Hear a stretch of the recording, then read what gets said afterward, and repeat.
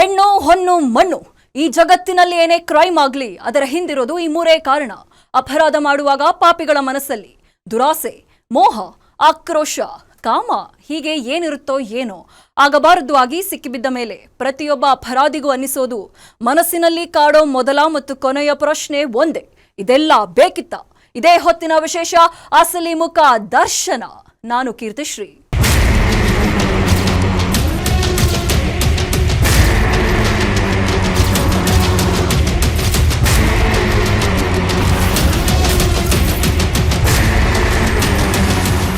ರೇಣುಕಾಸ್ವಾಮಿ ಕೊಲೆ ಪ್ರಕರಣದಲ್ಲಿ ಜೈಲು ಸೇರಿರೋ ನಟ ದರ್ಶನ್ ಮತ್ತೆ ತನ್ನ ಹಳೆ ಚಾಳಿ ಮುಂದುವರೆಸಿದ್ದಾನೆ.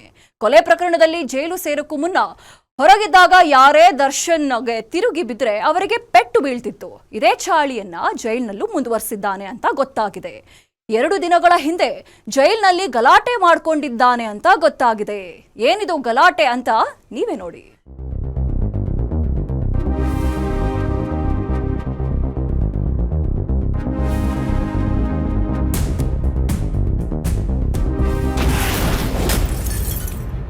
ದೃಶ್ಯ 1, 12 ಮೊಬೈಲ್ಗಳು ಪ್ಲಸ್ ಚಾರ್ಜರ್ಸ್ ಪ್ಲಸ್ ಇಯರ್ಬಡ್ಸ್. ದೃಶ್ಯ 2, ರಾಮೇಶ್ವರಂ ಕೆಫೆ ಬ್ಲಾಸ್ಟ್ ಆರೋಪಿ ಕೈಯಲ್ಲಿ ಮೊಬೈಲ್. ದೃಶ್ಯ 3, ಗೋಲ್ಡ್ ಸ್ಮಗ್ಲಿಂಗ್ ಕೇಸ್ ಆರೋಪಿಗೆ ರಾಜಾತಿಥ್ಯ. ದೃಶ್ಯ 4, ಮೊಬೈಲ್ನಲ್ಲಿ ಮಾತನಾಡ್ತಿರೋ ವಿಕೃತ ಕಾಮಿ ಉಮೇಶ್ ರೆಡ್ಡಿ. ದೃಶ್ಯ 5, ಸಾಲು ಸಾಲಾಗಿ ಜೋಡಿಸಿಟ್ಟಿರೋ ಮದ್ಯದ ಬಾಟಲಿಗಳು.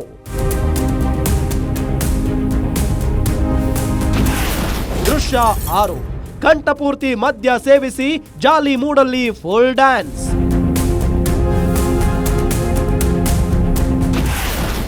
ದೃಶ್ಯ 7, ಸಾಲಾಗಿ ಕುಳಿತು ಮೊಬೈಲ್ನಲ್ಲಿ ಬ್ಯುಸಿಯಾಗಿರೋ ವ್ಯಕ್ತಿಗಳು. ಈಗ ನೀವು ನೋಡಿದ ದೃಶ್ಯಗಳು ಯಾವುದೋ ರೆಸಾರ್ಟ್ನದ್ದೋ, ಲಾಡ್ಜ್ನದ್ದೋ, ಹೋಟೆಲ್ನದ್ದೋ, ಹಾಸ್ಟೆಲ್ನದ್ದೋ ಅಲ್ಲ. ಬೆಂಗಳೂರಿನ ಪರಪ್ಪನ ಅಗ್ರಹಾರ ಕೇಂದ್ರ ಕಾರಾಗೃಹದ ಇನ್ಸೈಡ್ ದೃಶ್ಯಗಳು. ಇವನ್ನ ನೋಡ್ತಿದ್ರೆ ಇವರೆಲ್ಲ ತಪ್ಪು ಮಾಡಿ ಜೈಲಿನಲ್ಲಿ ಶಿಕ್ಷೆ ಅನುಭವಿಸ್ತಾ ಇದ್ದಾರೋ ಇಲ್ಲ ಫುಲ್ ಸೆಕ್ಯೂರಿಟಿಯಲ್ಲಿ ಐಷಾರಾಮಿ ಜೀವನ ನಡೆಸ್ತಿದ್ದಾರೋ ಅನ್ನೋ ಅನುಮಾನ ಬರ್ತಿದೆ. ಆ ಮಟ್ಟಿಗೆ ಪರಪ್ಪನ ಅಗ್ರಹಾರ ಸೆಂಟ್ರಲ್ ಜೈಲು ತಪ್ಪು ಮಾಡಿ ಜೈಲು ಸೇರಿರೋ ಅಡ್ಡಿಯಾಗಿ ಮಾರ್ಪಟ್ಟಿದೆಯಾ ಅನ್ನೋ ಡೌಟ್ ಶುರುವಾಗಿದೆ. ಇದಕ್ಕೂ ದರ್ಶನ್ ಗಲಾಟೆಗೂ ಏನು ಸಂಬಂಧ ಅಂತ ನಿಮಗೆ ಡೌಟ್ ಬರ್ತಿದೆಯಾ? ಇದಕ್ಕೂ ದರ್ಶನ್ ಗಲಾಟೆಗೂ ನೇರ ಸಂಬಂಧ ಇಲ್ಲದೆ ಇದ್ರೂ ಪರೋಕ್ಷ ಸಂಬಂಧ ಇದೆ.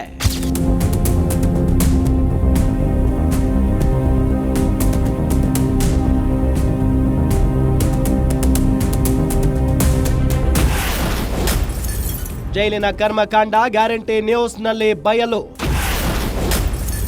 ಕಳ್ಳಾಟ ಬಯಲಾಗುತ್ತಿದ್ದಂತೆ ಜೈಲಲ್ಲಿ full tight rules.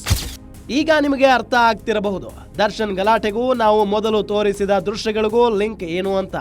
Parappana Agrahara ಜೈಲಲ್ಲಿ ದುಡ್ಡಿದ್ರೆ ಏನು ಬೇಕಾದರೂ ಸಿಗುತ್ತೆ ಅನ್ನೋದನ್ನ ನಿಮ್ಮ ಗ್ಯಾರಂಟಿ ನ್ಯೂಸ್ ಇಂಚಿಂಚು ತೋರಿಸಿತ್ತು.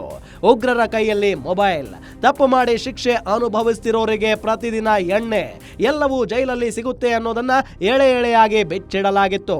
ಯಾವಾಗ ನಿಮ್ಮ ಗ್ಯಾರಂಟಿ ನ್ಯೂಸ್ ಜೈಲಿನಲ್ಲಿ ನಡೀತಿರೋ ಅಕ್ರಮಗಳನ್ನ ತೋರಿಸಿತು ಅಲ್ಲಿಗೆ ಸರ್ಕಾರ ಫುಲ್ ಸೀರಿಯಸ್ ಆಗಿತ್ತು. ಜೈಲಿನಲ್ಲಿ ಕಠಿಣ ರೂಲ್ಸ್ ಜಾರಿ ಮಾಡಿತ್ತು. ಜೊತೆಗೆ ಇದೇ ಮೊಟ್ಟ ಮೊದಲ ಬಾರಿಗೆ IPS ಅಧಿಕಾರಿಯೊಬ್ಬರನ್ನ ಜೈಲು ಸೂಪರಿಂಟೆಂಡೆಂಟ್ ಆಗಿ ನೇಮಿಸಿತ್ತು. ಅಲ್ಲಿಂದ ಮುಂದೆ ಜೈಲಲ್ಲಿ ರೂಲ್ಸ್ ಟಫ್ ಆಯ್ತು. ಅಷ್ಟೇ, ರೂಲ್ಸ್ ಟಫ್ ಆಗ್ತಿದ್ದಂತೆ ದರ್ಶನ್ಗೆ ಸಂಕಷ್ಟ ಶುರುವಾಗಿತ್ತು.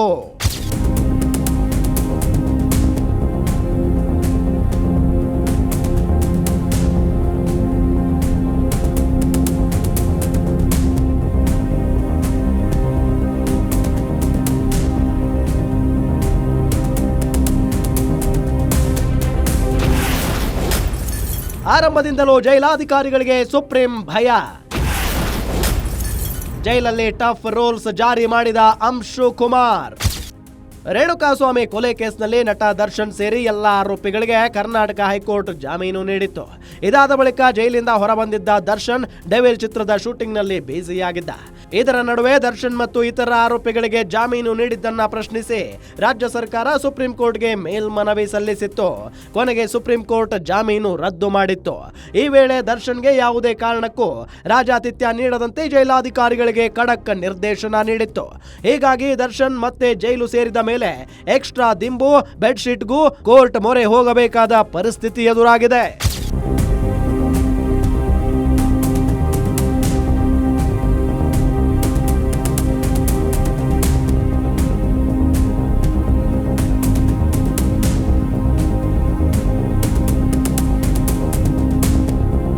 ಪರಪ್ಪನ ಅಗ್ರಹಾರ ಜೈಲಿನ ಕಳ್ಳಾಟವನ್ನ ನಿಮ್ಮ ಗ್ಯಾರಂಟಿ ನ್ಯೂಸ್ ಪ್ರಸಾರ ಮಾಡಿದ ಬಳಿಕ ಜೈಲಿನಲ್ಲಿ ಟಫ್ ರೂಲ್ಸ್ ಜಾರಿಯಾಗಿದೆ. ಅದರಲ್ಲೂ IPS ಅಧಿಕಾರಿ ಅಂಶು ಕುಮಾರ್ ಜೈಲು ಮುಖ್ಯಸ್ಥರಾದ ಬಳಿಕ ಜೈಲಿನಲ್ಲಿ ವಿಪರೀತ ಅನ್ನುವಷ್ಟು ಟಫ್ ರೂಲ್ಸ್ ಜಾರಿಯಾಗಿದೆ. ಜೈಲಿನಲ್ಲಿರೋ ವಿಚಾರಣಾಧೀನ ಕೈದಿಗಳು, ಸಜಾ ಕೈದಿಗಳು ಸೇರಿದಂತೆ ಯಾರಿಗೂ ಕೂಡ ಯಾವುದೇ ವಿಶೇಷ ಸೌಲಭ್ಯಗಳು ದೊರಕದಂತೆ ನಿಗಾ ವಹಿಸಿದ್ದಾರೆ. ದರ್ಶನ್ ವಿಚಾರದಲ್ಲೂ ಅಂಶು ಕುಮಾರ್ ಕಠಿಣ ನಿಯಮಗಳನ್ನು ಪಾಲಿಸಲು ಜೈಲು ಸಿಬ್ಬಂದಿಗೆ ಸೂಚಿಸಿದ್ದಾರೆ. ದರ್ಶನ್ಗೆ ವಿಶೇಷ ಸೌಲಭ್ಯಗಳು ಸಿಗದಂತೆ ಎಚ್ಚರಿಕೆ ವಹಿಸಿದ್ದು ಸುಪ್ರೀಂ ಕೋರ್ಟ್ ಕೆಂಗಣ್ಣಿಗೆ ಗುರಿಯಾಗದಂತೆ ಕ್ರಮ ಕೈಗೊಂಡಿದ್ದಾರೆ.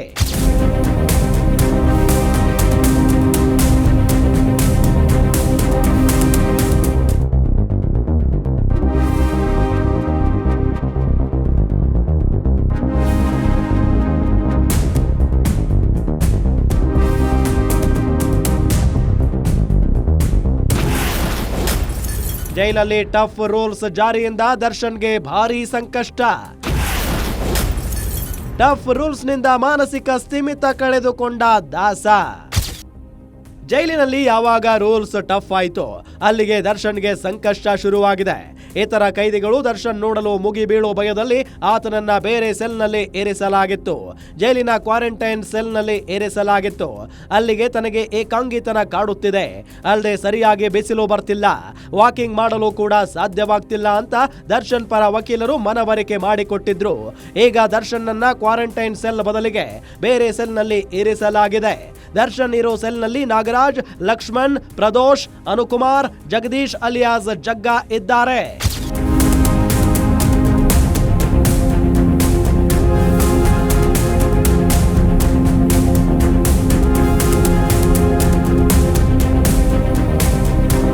ಜೈಲಿನಲ್ಲಿ ಟಫ್ ರೂಲ್ಸ್ ಜಾರಿಯಾದ ಬಳಿಕ ದರ್ಶನ್ ಊಟದ ತಟ್ಟೆ ಹಿಡಿದು ಸರತಿ ಸಾಲಿನಲ್ಲಿ ನಿಂತು ಊಟ ಪಡಿಬೇಕಾಗಿದೆ. ಅಲ್ಲದೆ ತನ್ನ ಸೆಲ್ನಲ್ಲಿರೋ ಶೌಚಾಲಯವನ್ನ ತಾನೇ ಕ್ಲೀನ್ ಮಾಡಬೇಕಿದೆ. ಜೊತೆಗೆ ಸೆಲ್ನಲ್ಲಿ ಹೆಚ್ಚುವರಿ ದಿಂಬು, ಬೆಡ್ಶೀಟ್ ಕೂಡ ಸಿಗ್ತಿಲ್ಲ. ಹೇಳಿ ಕೇಳಿ ಇದು ಚಳಿಗಾಲ. ಬೆಂಗಳೂರಿನಲ್ಲಿ ಕೊರೆಯುವ ಚಳಿ ಇದೆ. ಈ ಚಳಿಯಲ್ಲಿ ಇರೋ ಒಂದು ಬೆಡ್ಶೀಟ್ ಒದ್ದು ಮಲಗಬೇಕಿದೆ. ಹೀಗಾಗಿ ಜೈಲಿನಲ್ಲಿ ಜಾರಿಯಾಗಿರೋ ಕಠಿಣ ನಿಯಮಗಳಿಂದ ದರ್ಶನ್ ಮಾನಸಿಕ ಸ್ಥಿಮಿತ ಕಳೆದುಕೊಂಡಿದ್ದಾರಾ ಅನ್ನೋ ಪ್ರಶ್ನೆ ಎದ್ದಿದೆ. ಇದಕ್ಕೆ ಕಾರಣ ಸೆಂಟ್ರಲ್ ಜೈಲಿನ ಸರಳುಗಳ ಹಿಂದೆ ನಡೆದಿರೋ ಅದೊಂದು ಗಲಾಟೆ.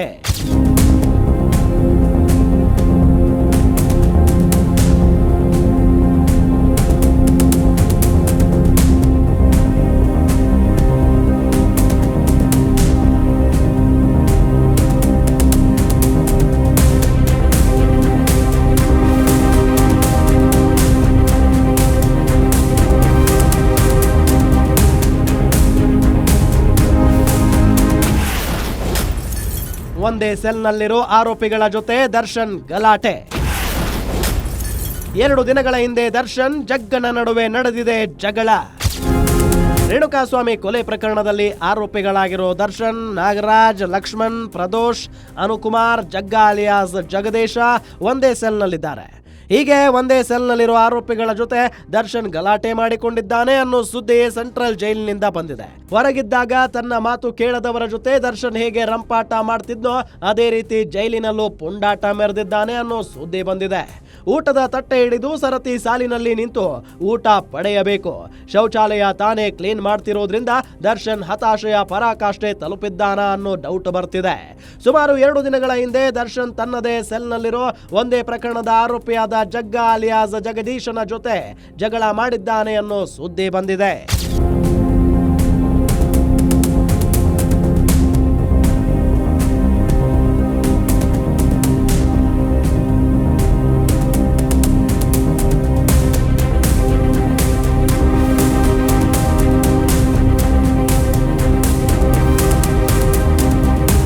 ರೇಣುಕಾಸ್ವಾಮಿ ಕೊಲೆಗೂ ಮುನ್ನ ಕಿಡ್ನಾಪ್ ಪ್ರಕರಣದಲ್ಲಿ ಈ ಜಗ್ಗ ಅಲಿಯಾಸ್ ಜಗದೀಶ್ ಅನ್ನೋದೇ ಪ್ರಮುಖ ಪಾತ್ರ.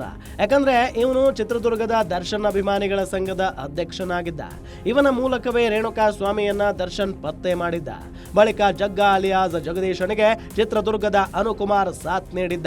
ಇಬ್ಬರು ಸೇರಿ ರೇಣುಕಾಸ್ವಾಮಿಯನ್ನ ಪುಸಲಾಯಿಸಿ ಬೆಂಗಳೂರಿಗೆ ಕರೆದುಕೊಂಡು ಬಂದಿದ್ರು. ಇಂಥ ಜಗ್ಗ ಅಲಿಯಾಸ್ ಜಗದೀಶನ ಜೊತೆ ದರ್ಶನ್ ಗಲಾಟೆ ಮಾಡಿಕೊಂಡಿದ್ದಾನೆ ಅಂತ ಗೊತ್ತಾಗಿದೆ. ಈ ಜಗಳ ಈಗ ಜೈಲಾಧಿಕಾರಿಗಳಿಗೆ ತಲೆನೋವಾಗಿ ಪರಿಣಮಿಸಿದೆ ಅಂತ ಹೇಳಲಾಗ್ತಿದೆ.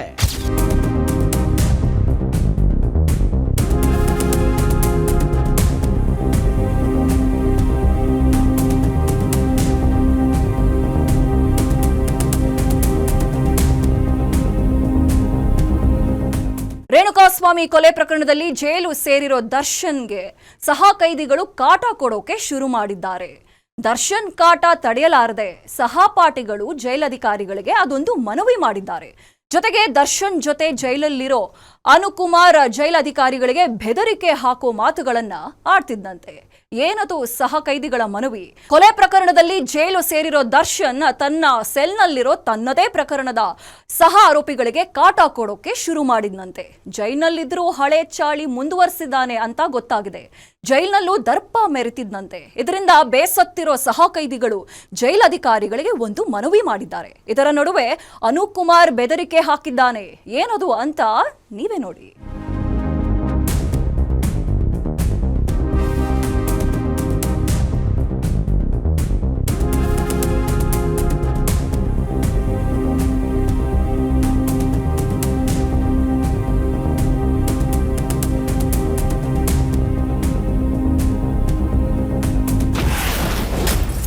ಜೈಲಿನಲ್ಲೂ ದರ್ಪ ಮೆರಿತಾ ಇದ್ದಾನಂತೆ ಭೂಪತಿ. ನಾಗರಾಜ್ ಮೂಲಕ ಸಹ ಕೈದಿಗಳಿಗೆ ಚಿತ್ರಹಿಂಸೆ.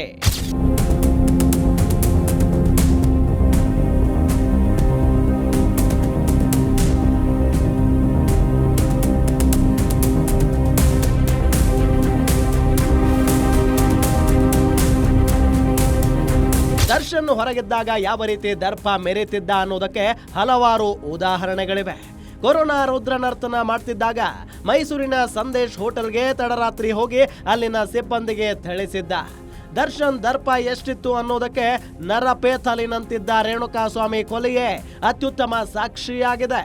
ಹೀಗೆ ಜೈಲಿನಿಂದ ಹೊರಗಿದ್ದಾಗ ಹೇಗೆ ದರ್ಪ ಮೆರೆಯುತ್ತಿದ್ನೋ ಅದೇ ರೀತಿ ಜೈಲಿನಲ್ಲೂ ದರ್ಪ ತೋರಿಸಲು ಶುರು ಮಾಡಿದ್ದಾನಂತೆ.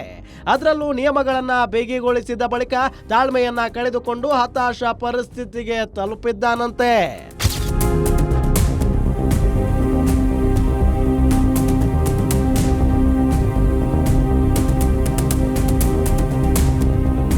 ಜೈಲಿನಲ್ಲಿ ನಿಯಮಗಳು ಬಿಗಿಯಾದ ಬಳಿಕ ಹತಾಶ ಸ್ಥಿತಿಗೆ ತಲುಪಿರೋ ದರ್ಶನ್ ವ್ಯಾಘ್ರನಾಗಿದ್ದಾನೆ ಅಂತ ಗೊತ್ತಾಗಿದೆ. ಹೊರಗೆ ಹೇಗೆ ದರ್ಪ ಮೆರಿತಾ ಇದ್ನೋ ಅದೇ ರೀತಿ ಜೈಲಿನಲ್ಲೂ ದರ್ಪ ಮೆರಿತಿದಾನಂತೆ. ತನ್ನ ಮ್ಯಾನೇಜರ್ ನಾಗರಾಜ್ ಮೂಲಕ ಲಕ್ಷ್ಮಣ್, ಪ್ರದೋಷ್, ಅನುಕುಮಾರ್, ಜಗ್ಗ ಅಲಿಯಾಸ್ ಜಗದೀಶನಿಗೆ ಕಾಟ ಕೊಡ್ತಿದ್ದಾನಂತೆ. 4 ಸಹ ಕೈದಿಗಳಿಗೆ ನಿತ್ಯವೂ ಮಾನಸಿಕ, ದೈಹಿಕ ಹಿಂಸೆ ಕೊಡ್ತಿದ್ದಾನೆ ಅನ್ನೋ ಮಾಹಿತಿ ಪರಪ್ಪನ ಅಗ್ರಹಾರದಲ್ಲಿರೋ ಸೆಂಟ್ರಲ್ ಜೈಲಿನಿಂದ ಸಿಕ್ಕಿದೆ. ದರ್ಶನ್ ವರ್ತನೆ ಜೈಲಾಧಿಕಾರಿಗಳ ತಲೆನೋವಿಗೆ ಕಾರಣವಾಗಿದೆ.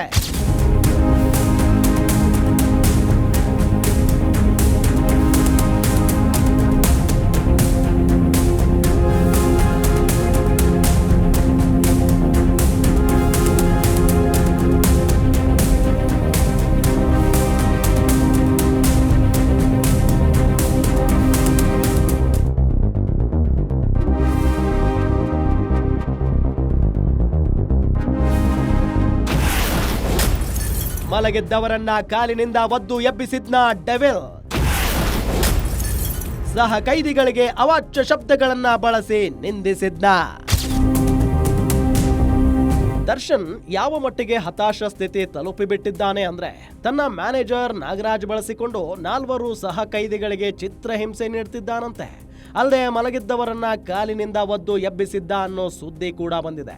ಮಲಗಿದ್ದವರನ್ನ ಕಾಲಿನಿಂದ ಒದ್ದು ಅವಾಚ್ಯ ಶಬ್ದಗಳನ್ನ ಬಳಸಿ ಏಳ್ರೋ ಬೇಗ ಅಂತ ದರ್ಶನ್ ದರ್ಪ ಮೆರೆದಿದ್ದಾನೆ ಅಂತ ಗೊತ್ತಾಗಿದೆ. ದರ್ಶನ್ ವರ್ತನೆಯಿಂದ ಪ್ರದೋಷ್, ಲಕ್ಷ್ಮಣ್, ಜಗ್ಗ, ಅನುಕುಮಾರ್ ಬೇಸತ್ತು ಹೋಗಿದ್ದಾರಂತೆ. ಇದೇ ಕಾರಣಕ್ಕೆ 2 ದಿನಗಳ ಹಿಂದೆ ದರ್ಶನ್ ಮತ್ತು ಜಗ್ಗನ ನಡುವೆ ಗಲಾಟೆ ಜೋರಾದಾಗ ಜೈಲಾಧಿಕಾರಿಗಳು ಮಧ್ಯ ಪ್ರವೇಶ ಮಾಡಿ ಜಗಳ ಬಿಡಿಸಿದ್ದಾರೆ ಅಂತ ತಿಳಿದು ಬಂದಿದೆ.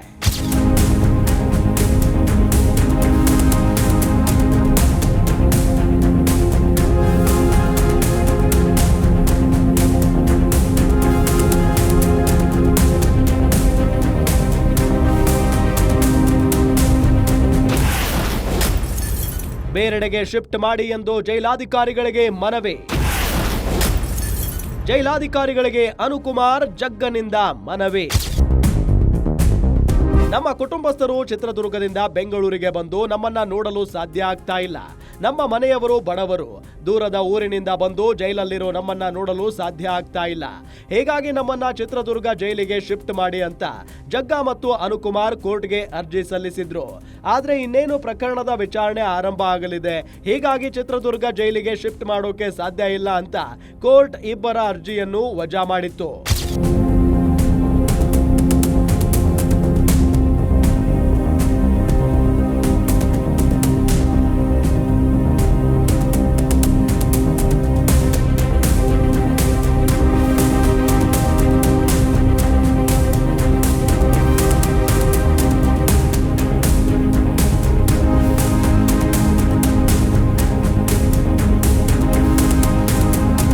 ಕೋರ್ಟ್ನಲ್ಲಿ ಇವರು ಸಲ್ಲಿಸಿದ ಅರ್ಜಿ ವಜಾ ಆಗಿತ್ತು. ಇದರ ನಡುವೆ ಸೆಲ್ನಲ್ಲಿ ದರ್ಶನ್ ಕೊಡ್ತಿರೋ ಕಾಟವನ್ನ ಸಹಿಸಿಕೊಳ್ಳೋಕೆ ಆಗ್ತಿಲ್ಲ. ಹೀಗಾಗಿ ನಮ್ಮನ್ನ ಚಿತ್ರದುರ್ಗ ಜೈಲಿಗೆ ಶಿಫ್ಟ್ ಇಲ್ಲವೇ ಬೇರೆ ಎಲ್ಲಿಗಾದ್ರೂ ಶಿಫ್ಟ್ ಮಾಡಿ ಅಂತ ಅನುಕುಮಾರ್ ಮತ್ತು ಜಗ್ಗ ಇಬ್ಬರು ಮನವಿ ಮಾಡಿದ್ದಾರೆ ಅಂತ ಗೊತ್ತಾಗಿದೆ. ಕೋರ್ಟ್ ನಮ್ಮ ಅರ್ಜಿ ವಜಾ ಮಾಡಿದೆ. ಸೆಲ್ನಲ್ಲಿ ದರ್ಶನ್ ಟಾರ್ಚರ್ ತಡೆದುಕೊಳ್ಳೋಕೆ ಸಾಧ್ಯ ಆಗ್ತಾ ಇಲ್ಲ. ಹೀಗಾಗಿ ನಮ್ಮನ್ನ ಬೇರೆಡೆಗೆ ಶಿಫ್ಟ್ ಮಾಡಿ ಅಂತ ಜೈಲಾಧಿಕಾರಿಗಳನ್ನ ಪರಿಪರಿಯಾಗಿ ಬೇಡಿಕೊಳ್ತಿದ್ದಾರೆ ಅಂತ ಗೊತ್ತಾಗಿದೆ.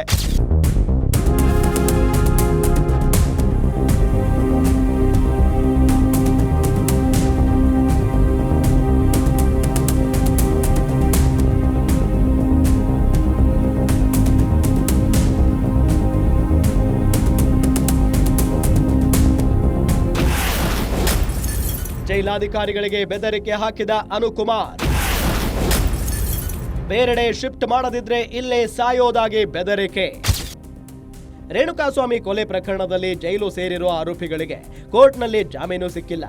ಚಿತ್ರದುರ್ಗ ಜೈಲಿಗೆ ವರ್ಗಾವಣೆ ಮಾಡಿ ಎಂದು ಕೋರಿದ್ದ ಅರ್ಜಿ ವಜಾ ಆಗಿದೆ.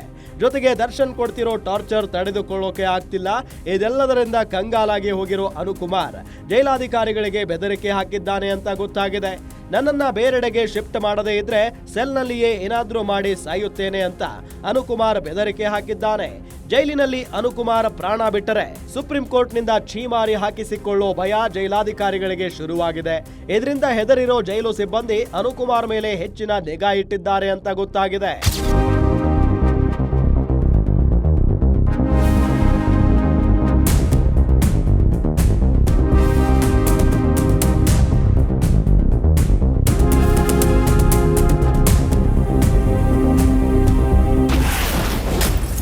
ಹದಿನೈದು ದಿನಗಳಿಂದ ದರ್ಶನ್ ವರ್ತನೆಯಲ್ಲಿ ಭಾರೀ ಬದಲಾವಣೆ.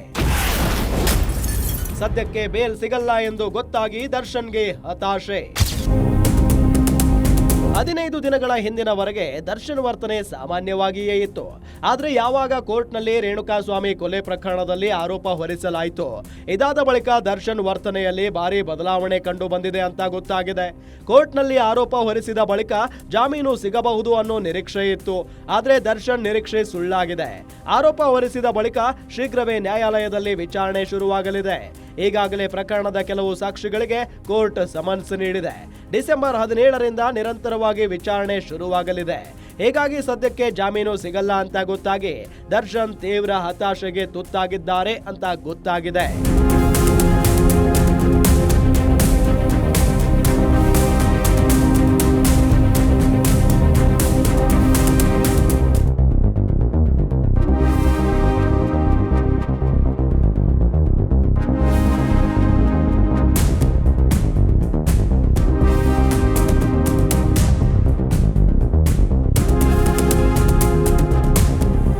ಕೋರ್ಟ್ನಲ್ಲಿ ಆರೋಪ ಹೊರಿಸಿದ ಬಳಿಕ ಶೀಘ್ರವೇ ವಿಚಾರಣೆ ಶುರುವಾಗಲಿದೆ. ಹೀಗಾಗಿ ನಮಗೂ ಒಬ್ಬ ವಕೀಲರನ್ನ ಗೊತ್ತು ಮಾಡಿ ಅಂತ ಜಗ್ಗ ಅಲಿಯಾಸ್ ಜಗದೀಶ ಕೇಳಿಕೊಂಡಿದ್ದಂತೆ. ಈ ವಿಚಾರಕ್ಕೆ ದರ್ಶನ್ ಮತ್ತು ಜಗ್ಗನ ನಡುವೆ ಗಲಾಟೆಯಾಗಿದೆ ಅಂತ ಗೊತ್ತಾಗಿದೆ. ಕೂಡಲೇ ಮಧ್ಯಪ್ರವೇಶ ಮಾಡಿದ ಜೈಲು ಸಿಬ್ಬಂದಿ ಇಬ್ಬರ ನಡುವಿನ ಜಗಳ ಬಿಡಿಸಿದ್ರಂತೆ. ದರ್ಶನ್ ಮತ್ತು ಜಗ್ಗನ ನಡುವೆ ಗಲಾಟೆ ತಾರಕಕ್ಕೇರ್ತಾ ಇದ್ದ ಬಳಿಕ ಜೈಲು ಸಿಬ್ಬಂದಿ ಜಗಳ ಬಿಡಿಸಿದ್ದಾರೆ. ಇಬ್ಬರ ನಡುವೆ ಜಗಳ ನಡೆದ ಬಳಿಕ ದರ್ಶನ್ ಇರೋ ಸೆಲ್ ಬಳಿ ಹೆಚ್ಚುವರಿ ಸಿಸಿ ಕ್ಯಾಮೆರಾಗಳನ್ನ ಅಳವಡಿಸಲಾಗಿದ್ದು, ಸೆಲ್ ಬಳಿ ಹೆಚ್ಚು ಸಿಬ್ಬಂದಿಯನ್ನ ಕೂಡ ನೇಮಿಸಿ ತೀವ್ರ ನಿಗಾ ಇಡಲಾಗಿದೆ ಅಂತ ಸೆಂಟ್ರಲ್ ಜೈಲು ಮೂಲಗಳಿಂದ ಮಾಹಿತಿ ಸಿಕ್ಕಿದೆ.